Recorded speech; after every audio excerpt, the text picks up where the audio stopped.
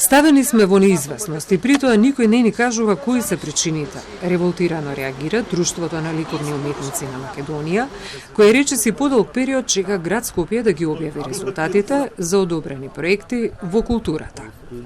До сега не се доцнало толку време со резултатите и нејасно е зошто толку бавно се одвива целиот процес со евиденција на пристигнати проекти.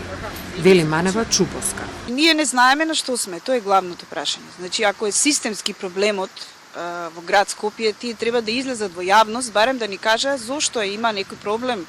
Ако има со поединечни проекти да не повикаат, значи едноставно се нема комуникација и навистина сме лути, едноставно затоа што немаме официјален одговор од град Скопје кој што мораме да го имаме впрочем.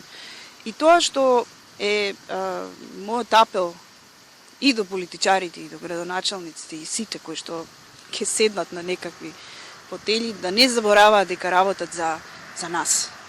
И дека да не биде ова само декларативно кажано, но помалку се губат кога или повеќе ќе седнат на тие фотели.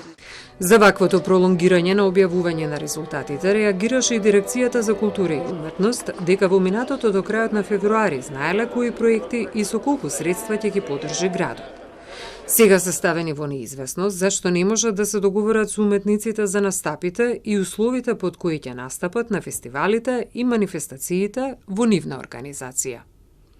За градоначалничката Арсовска, ваквото доцнање не е случај само со програмата за култура, туку и со други програми.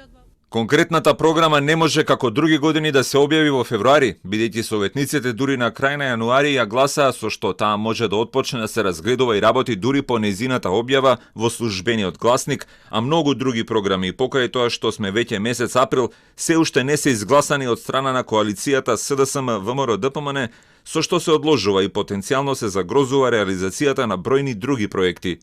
Лани, во првата година од мандатот на градоначалничката Арсовска, резултатите за одобрените проекти беа објавени дури во април. Меѓу нив не беа земени предвид подпишаните договори со незиниот претходник Шилегов за 2 годишна поддршка на повеќе здруженија и поединци.